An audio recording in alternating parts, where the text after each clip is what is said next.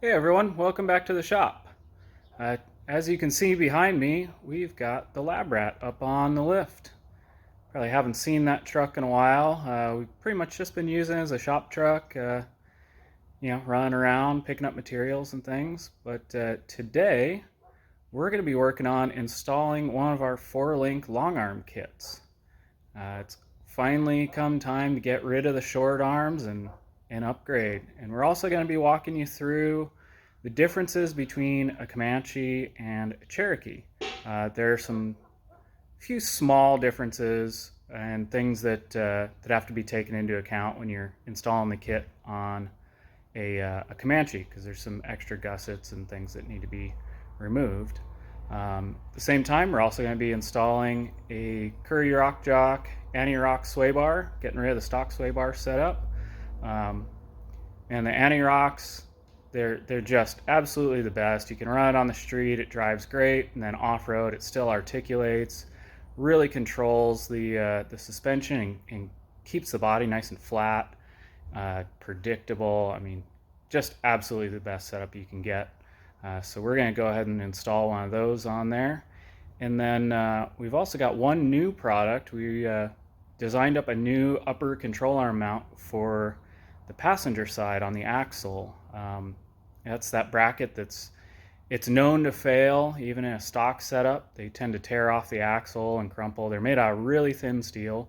So we just designed a heavy duty replacement that's all 3/16, nice heavy steel that you can still push the bushing in, and it's just a direct replacement for the stock part, but it's much stronger, much more heavy duty. So we're going to be putting one of those on our front axle here. And so let's get started. Alright, so before we get going, I'd like to just give you a quick overview of what all we're going to be doing here. First of all, the whole front axle is going to come out. We're going to unbolt all the steering, the sway bar links, and we're actually taking the sway bar entirely off because we're replacing it with the anti-rock setup. Then all the link arms will come out, and so there's that stock bracket. We actually have the reinforcement plate that we welded in there a few years ago. We're going to be cutting that off of the axle and replacing it with our new bracket. So this is all 3/16 steel, goes on directly in place of that one that's on there. So we'll weld that on, and we're actually going to push in one of the Johnny joint replacement joints rather than just the stock rubber style joint or upper control arm bushing that's there. Once we get the axle out of there, we have to cut off all the stock control arm brackets that are on the frame. So you can see up there, that upper one, you don't have to cut all that one off, but you do have to cut away quite a bit of it just for link clearance, because the upper link does pass through that area. And as we come around the sides here, you can see on the Comanche there's a much more reinforced lower control arm bracket. You guys with Cherokees will be looking at this and saying, "Oh, that's a little different." On the Comanche, they add that big outer boxing gusset. The Cherokee, it's a simpler just bracket that's on the bottom of the frame. So all that gets cut off, and of course you'll notice we're currently supporting the Jeep off of that bracket. This is one of the challenges with a 2-post lift. There's just not a good place to lift from without having it under the area that our brackets are going to go in. So you guys at home, if you have a way of safely lifting and supporting the Jeep from the front cross member, that makes things a lot easier, gains you a lot of space in here. We've got a couple of post jacks that we're going to be picking the Jeep up with and supporting it from the front there so that we can get those arms out of the way. After that, it's just a matter of getting we'll unbolt the cross member, and then the new brackets will start going in. The other difference on a Comanche, so you notice this big kind of triangular gusset, not the round tube. That's my rock slider. I am gonna have to cut that out of there, but That big gusset there is not there on Cherokees, it's only there on Comanches. We'll be cutting that out because the bracket wraps around the frame there. Some people choose to just notch that and then put the bracket in and weld the gusset back in. I personally don't feel that that's entirely necessary. You know, the Cherokee doesn't have that at all. They don't seem to have a problem with the body collapsing in that area. So I'm just going to go ahead and take it out. We're adding a bunch of reinforcement with our bracket that goes in here. So I'm not too worried about that, but yeah, that gusset there and the extra boxing on the control arm mounts are the main differences between a Cherokee and a Comanche. The other one, if you look up in here, we'll be able to see this better later when we have the cross member out, but there is an extra bracket for the cross member that's in there, and that simply gets unbolted. All right, let's get this going.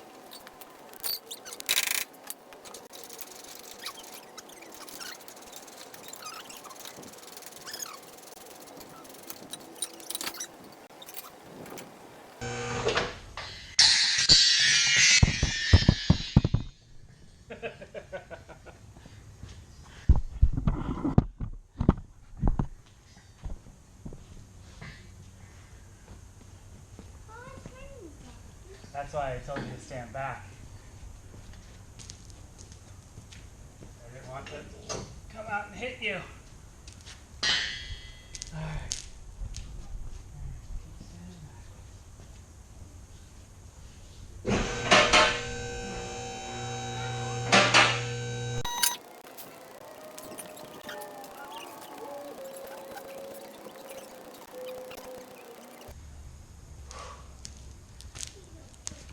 All right, front axle's out. I'm gonna finish taking those short arms off, and then we're gonna start cutting here pretty soon.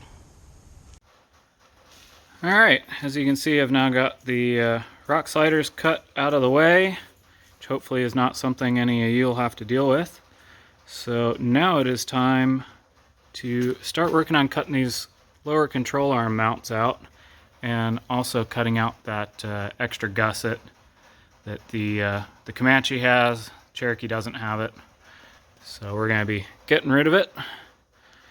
And you'll see here we got our 2 post jacks set up, because we're going to have to swing the lift arms out of the way in order to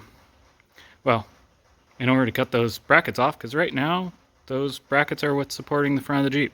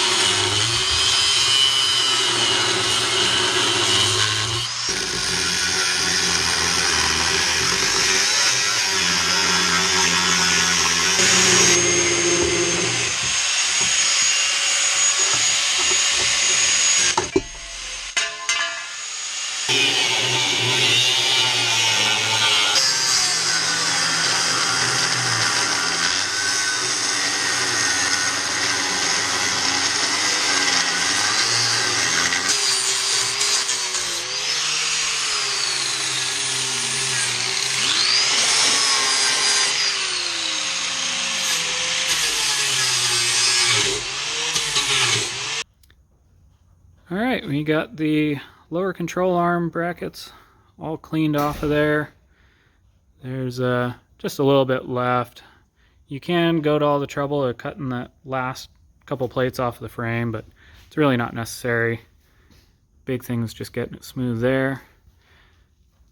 Now I'm going to attack the those cab reinforcement brackets there, slice those out of there real quick, and we will be just about done.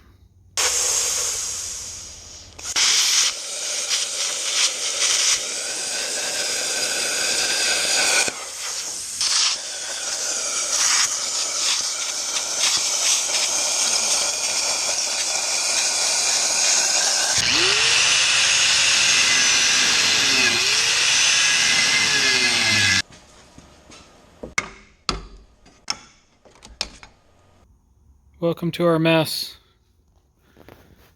And you've got just one more thing as far as the messy work, and that's these upper control arm brackets.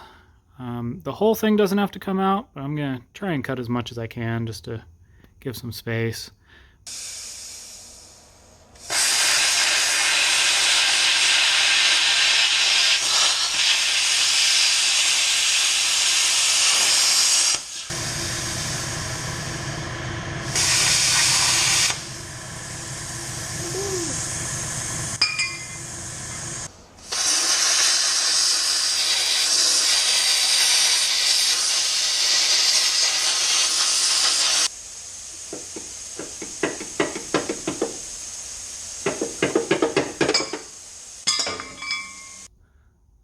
So one more of those little Comanche differences here is, of course, because of that bolt-on bracket for the cross member, we have the fuel lines and the brake lines don't run flat up against the frame rail. They bend out and around where that bracket was.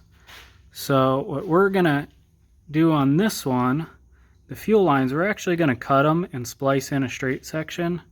And then the smaller brake and evap lines we're going to bend out of the way. Now the tricky part as well, there's those 2 studs up there.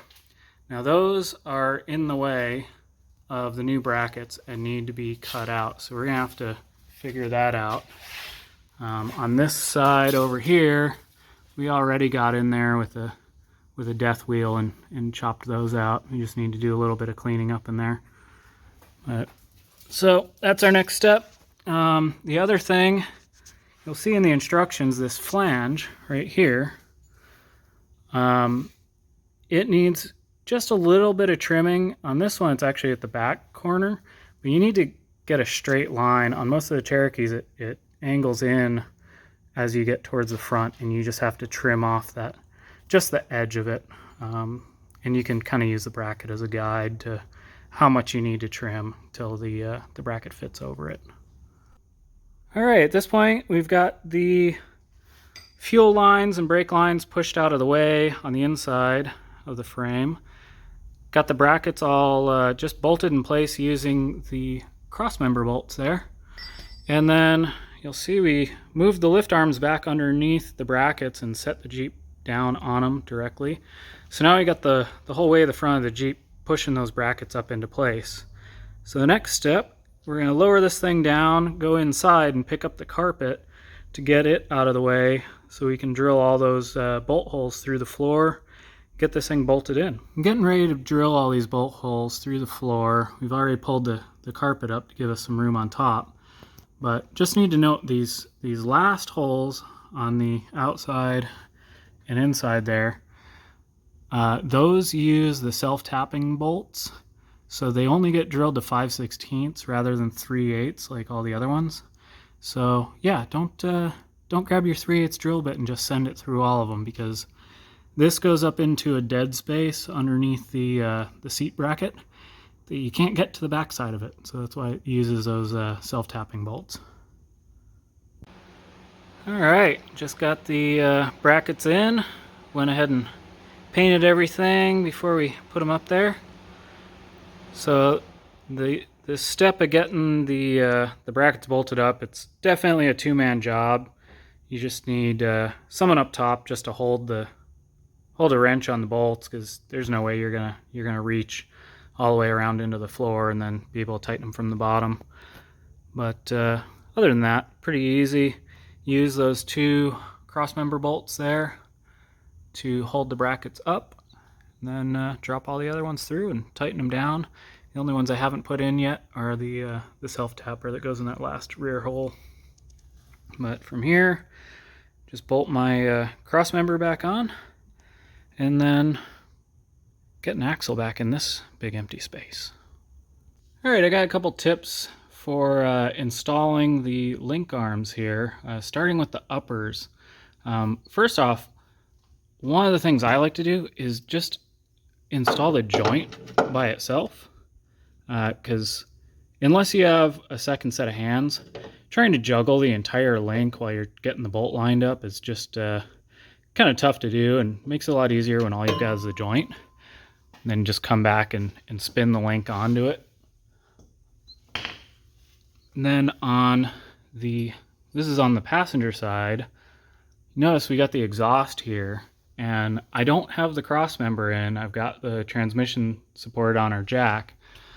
That is because if you look, this bolt crosses really tight against the exhaust, and if we have the transmission all the way up into place, the exhaust actually blocks the bolt from going in. So right now I have it drooped down a little bit, gives us that clearance to slide the bolt through. And then of course on the inside, you can't easily get back into that pocket, so that's why the kit comes with these flag nuts, so that you can reach up in here, you slide that back, get it lined up with the hole, and then it just lives in there, and that's the wrench for that nut. It stays in there and makes things a little bit easier. Alright, so the last thing we need to do on the truck itself before we put the axle in is get our transmission crossmember up into place. Now, one of the beauties of our long arm kit is you can still use your stock crossmember. It just bolts right up. You don't have to unbolt any of the suspension to service your transmission mount or your transmission, pull the transfer case, do any maintenance. It's all exactly how it would have been without the long arm kit. Unlike a lot of the other kits out there that either you got to drop the whole suspension out, or they've got some really complicated setup with a whole bunch of bolts and weird places to unbolt the center section. Ours just bolts up right in the stock locations, and we do offer our heavy duty crossmember that has a transfer case skid plate, and that's what I'm going to be putting on here. So I'm going to get that all mounted up. The way I find it the easiest to do is actually let the transmission sit a little bit lower so that the mount's down below the frame. Now I put the transmission up there, I bolt it onto the mount. I just loosely put the nuts on to hold it up, and then I can raise it up into place and mount to the frame. That to me seems to be the easiest way to get it in there without fighting too much, especially when you're doing it by yourself. Okay, now we got pretty much everything on the truck sorted out. All the brackets are bolted on there. The upper link arms are bolted in. We're pretty much ready to start bolting the thing back together. The one thing I'm going to do that is optional, this is an add-on. In fact, this is a product we don't even sell as of this moment, but will very soon, hopefully by the time you guys are seeing this. We're going to be cutting off this stock upper control arm bracket on the axle here and replacing it with our new heavy-duty 3/16 thick one. And we're also replacing it with a Johnny joint style bushing. Well, it's not a bushing, it's a Johnny joint. So I already went in, I welded in the shell for the Johnny joint, and I got to cut this bracket off, smooth out all the old welds and everything, and I'm going to put our new bracket on. And of course, before starting, got to measure for where this thing is so that we get the bracket in the right place.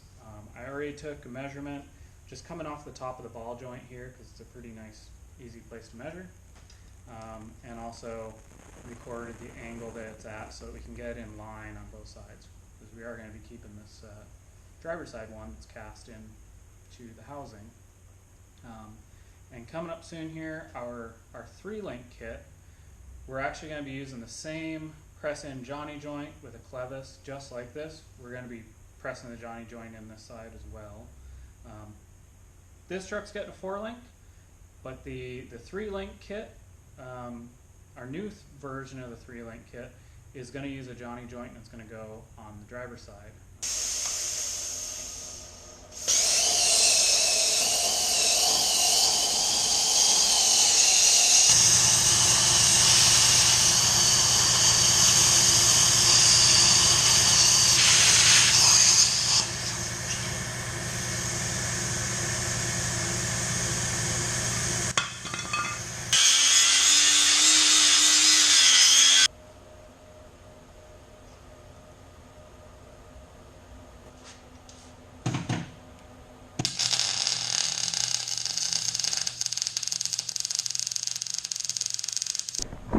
Alright, so there it is, hot off the presses.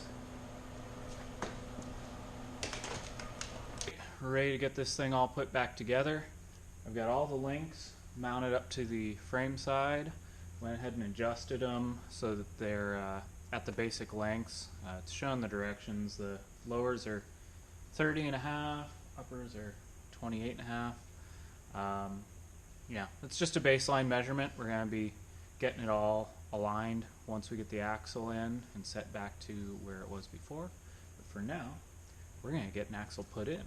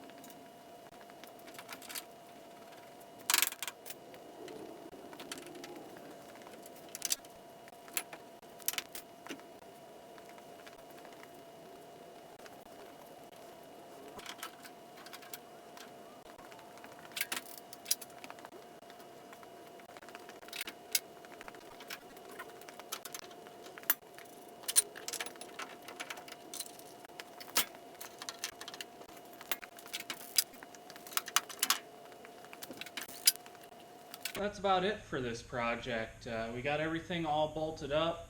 Really all we've got left to do is just reassemble the brakes, get the drive shaft on, normal reassembly stuff. And then the very last step is to get an alignment.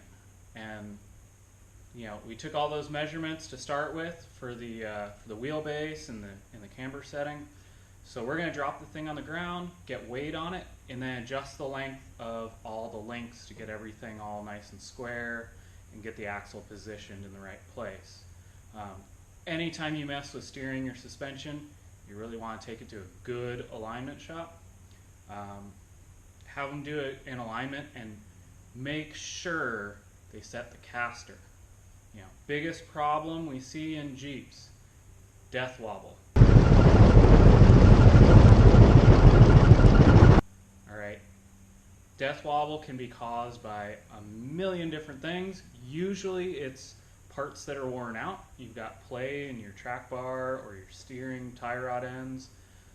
Can be control arm bushings, can be a lot of things. Can even be just worn out tires that are out of balance. But one of the most critical things that gets overlooked all the time, I see it constantly, people replace all the parts in their Jeep. They say, oh yeah, I got an alignment.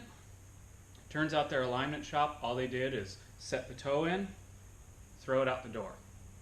Well, guess what? If you don't set the caster, if you don't get that right, you will have death wobble. Doesn't matter if everything's brand new. I mean, I see brand new Wranglers that have death wobble. And it comes down to having everything aligned right, having good solid parts. So always, when you mess with your steering or suspension, lift it, lower it, whatever you're doing to your vehicle, get a good alignment and make sure they do the whole alignment. So we're going to go ahead and do that, and then the next step is taking this thing out to the hammers and getting some miles on it and testing it out in the real world. So hope you guys enjoyed the video, and we'll see you next time.